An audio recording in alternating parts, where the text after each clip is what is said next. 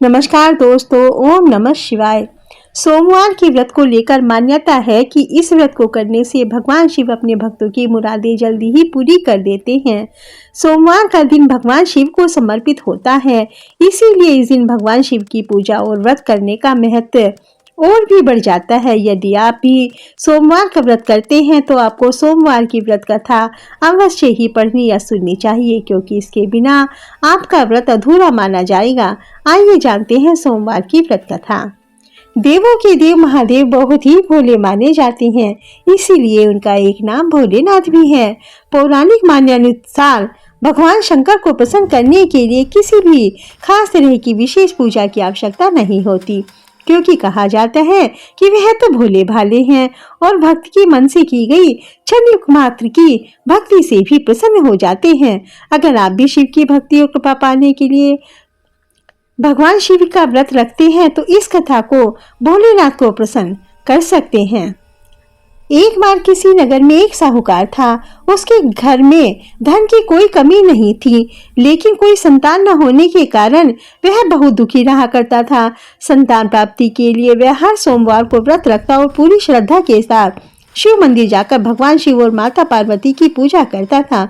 उसकी भक्ति देखकर एक दिन मां पार्वती प्रसन्न होकर भगवान शिव से साहूकार की मनोकामना पूरी करने के लिए निवेदन करती है।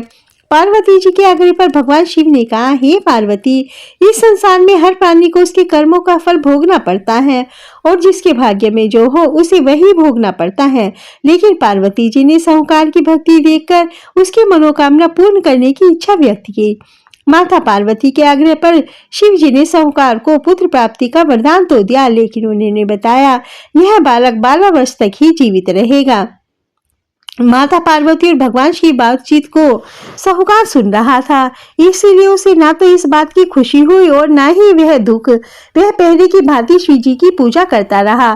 कुछ समय के बाद साहूकार की पत्नी ने एक पुत्र को जन्म दिया। जब वह बालक 11 वर्ष का हुआ तो उसे पढ़ने के लिए काशी भेज दिया गया।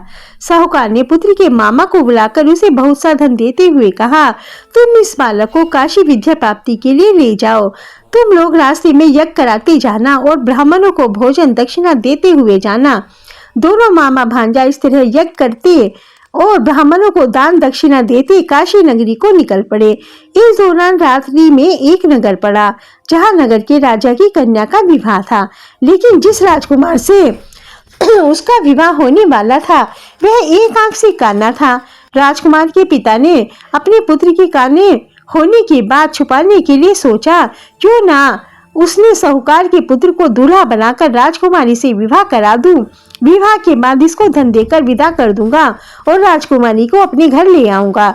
लड़के को दूल्हे के वस्त्र पहनाकर राजकुमारी से उसका विवाह करा दिया गया।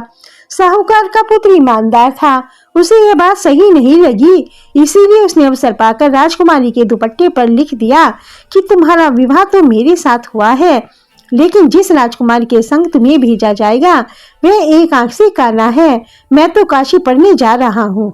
जब राजकुमारी ने चुन्नी पर लिखी बातें पढ़ी तो उसने अपने माता पिता को सारी बात बताई। राजा ने अपनी पुत्री को विदा नहीं किया, फिर बारात वापस चली गई। दूसरी ओर साहूकार का लड़का और उसका मामा काशी पहुंचे। वहां जाकर उन्होंने यज्ञ किया। जिस दिन लड़का 12 साल का हुआ उस दिन भी यज्ञ का आयोजन था। लड़के ने अपने मामा से कहा, मेरी तबीयत कुछ ठीक नहीं है। मामा ने कहा, तुम अंदर जाकर आराम कर लो। शिव जी के वरदानुसार कुछ ही देर में उस बालक के प्राण निकल गए। मृत भांजे को देख उसके मामा ने विलाप करना शुरू कर दिया। संयोगवश उसी समय शिव जी और माता पार्वती उधर से जा रही थी। माता पार्वती ने भोलेनाथ से कहा, हे स्वामी, मुझे इसके रोने के स्वर सहन नहीं हो रहे हैं, अतः आप इस व्यक्ति के कष्ट को दूर कर दीजिए। जब शिवजी मृत बालक के समीप गए तो वह बोले, यह तो उसी साहूकार का पुत्र है जिसे मैंने 12 वर्ष की आयु का वरदान दिया था।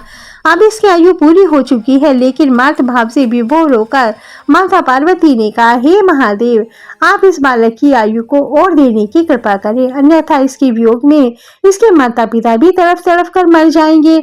माता पार्वती के पुनः आग्रह करने पर भगवान शिव ने उस लड़के को जीवित होने का वरदान दे दिया। शिव जी की कृपा से वह लड़का जीवित हो गया। शिक्षा पूरी करके लड़का मामा के साथ अपनी नगर को वापस चल दिया। दोनों चलते हुए उसी नगर में पहुंचे जहां उसका विवाह हुआ था। उस नगर में भी उन्होंने यज्ञ का आयोजन किया। उस लड़की के ससुर ने उसे पहचान लिया और महल में ले जाकर उसकी बहुत खातिरदारी की और अपनी पुत्री को उसके साथ विदा कर दिया।